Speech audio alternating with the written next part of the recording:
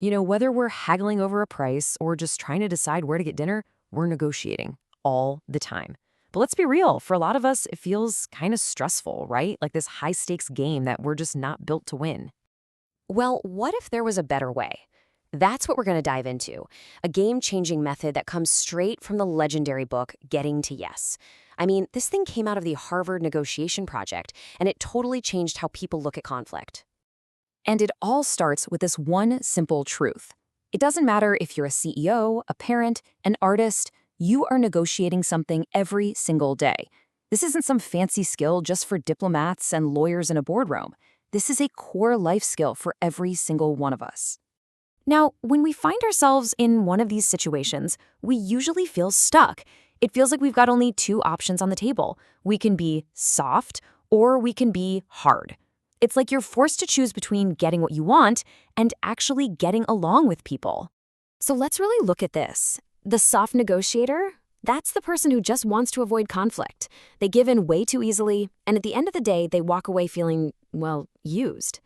Then you've got the hard negotiator. For them, it's a war, a contest of wills. They push and demand, and yeah, they might win, but they usually torch the relationship in the process. And here's the kicker, neither approach is actually good. So why do both of these fail? What's the common problem? Well, it's because they're both caught in the exact same trap. They're focused on bargaining over positions. Let's dig into why that old way just doesn't work. You know exactly what positional bargaining is. It's that classic back and forth haggling. I say I want 100, you say you'll pay 50. We go back and forth and maybe meet somewhere in the middle. It's kind of our default setting for negotiating, but man, it is an awful way to get things done. And here's the deal with why it's so bad. One, you end up with unwise agreements because everyone's so dug into their initial position, they can't see a better or more creative solution. Two, it takes forever. All that posturing is just a massive waste of time. And three, it turns people against each other. It becomes a battle of egos, and that can just wreck a relationship. And this is the real psychological danger here. The more you argue for your position, the more your ego gets all tangled up in it. It stops being about the issue and starts being about saving face. And suddenly not backing down feels way more important than actually getting what you really wanted in the first place. Okay, so if that old way of doing things is broken, what's the fix? Well, this is where the book introduces a totally different approach. It's called principled negotiation. And this is the big aha moment. You don't have to pick. You don't have to be a doormat, and you don't have to be a bulldozer. There is a third way, a way to completely change the game. This simple phrase pretty much sums up the entire philosophy. Be soft on the people, hard on the problem. Think about that. It means you can be decent, you can be respectful to the person you're dealing with, while at the same time being tough, being relentless on solving the actual problem. Okay, that sounds great in theory, but how do you actually do it? Well, the whole method boils down to 4 core principles, and they're super practical. You can use them for any negotiation, whether it's a huge deal or just figuring out weekend plans.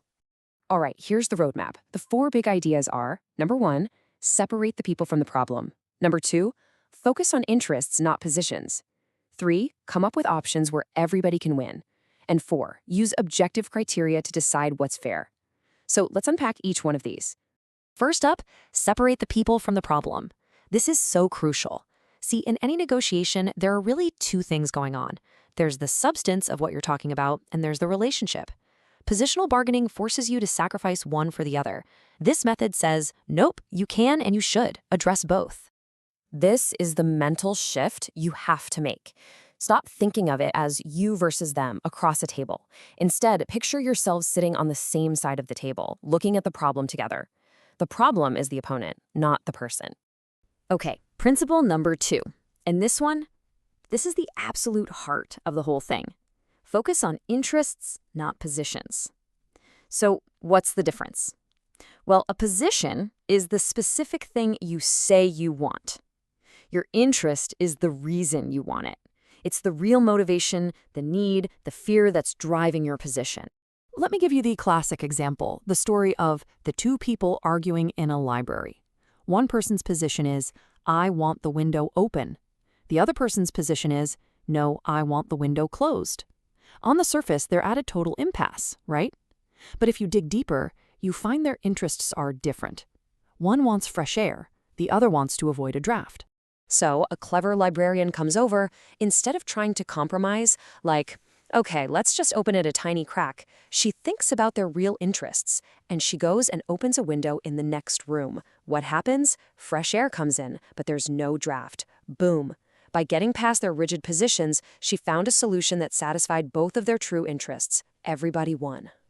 All right, principle number 3 is all about creativity. It's about inventing options where everybody can get something they want. You have to get rid of this idea that you're just dividing up a fixed pie. That assumption that if you get a bigger slice, my slice has to get smaller.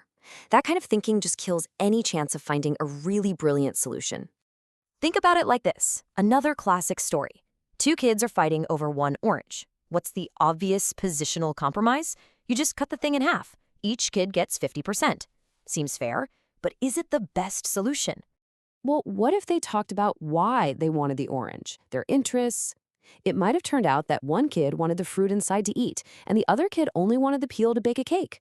See, by settling for a 50-50 split, they both lost. They could have each walked away with 100% of what they actually valued. And finally, the 4th principle. Insist on using objective criteria. This is your secret weapon for when interests really do seem to clash. Instead of it just becoming a battle of who's more stubborn, you agree on a fair, independent standard to make the call. Maybe it's market value, maybe it's what an expert says, maybe it's just industry standard. This way, the outcome is based on something principled, not just on who can push the hardest. So, when you put all 4 of these principles into practice, the entire game changes. You stop being adversaries trying to beat each other. You become partners working together to solve a shared problem. It's more efficient, it's more creative, and honestly, it's just way better for the relationship. So I want to leave you with this question. Think about some difficult conversation or negotiation you have coming up. How might the whole thing change if you stopped arguing about positions and just started a real conversation about the underlying interests, about the why?